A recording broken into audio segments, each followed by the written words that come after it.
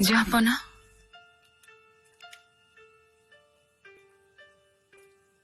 আপনাকে অনেক মনে পড়েছে, অপেক্ষা করেছি। তোমার চিঠি পড়ে আমার চোখে পানি এসে গিয়েছিল। তুমি এত ভালোবাসো আমাকে? অনেক ভালোবাসি। আপনি বুঝতে পেরেছেন? তোমার চিঠির শব্দগুলো বুকে বিঁধেছে।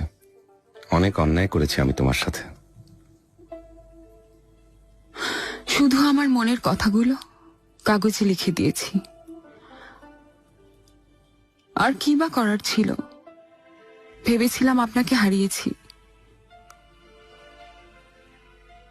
কথা দিচ্ছি, এখন থেকে আমি শুধু হাসি খুশি হুররাম হয়ে উঠব।